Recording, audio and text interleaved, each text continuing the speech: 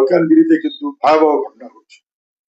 ভারতবর্ষের বিভিন্ন জায়গায় বিশেষ করে উদ্বাস্তু মানুষ, তাদের উপরে নানান রকমের আক্রমণ হচ্ছে। মালকানগিরিতে 150-র বেশি বাড়ি আগুন লাগানো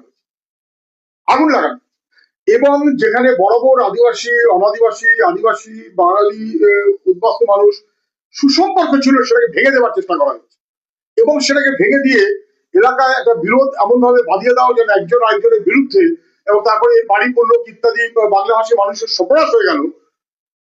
তারপর এই দুর্বলতার সুযোগ নিয়ে ওখানে কি খনি বিক্রি, দখলদারি, আদানি, এই কাজ চলছে নাকি?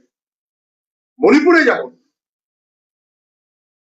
বোঝা গেল যে আদানিদের স্বার্থ রক্ষা করতে গিয়ে মানুষের মধ্যে বিভেদ বাঁধিয়ে কার্যত একটা ভয়ঙ্কর ব্যবস্থা নিয়ে গেছে। মালকানগিরিতে 150-র বেশি বাড়ি আক্রান্ত।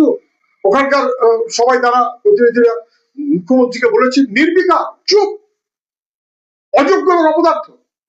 কেন্দ্রীয় সরকার কি করছে আমি জানি না। রাজ্যে যারা খুব বেশি বিজেপি ভাগ করে, তারা কেন দায়িত্ব নিতে পারছে না? বিজেপি শাসিত রাজ্যে কেন মানুষ আক্রান্ত হবে?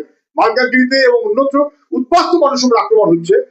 এই উদ্বাস্তুরা মূলত নবসূত্র, মূলত পিছিয়ে থাকা, দারিদ্র আছে, ভয়ঙ্কর কাণ্ড করছে। এটা সরকারের দেখা উচিত জরুরি।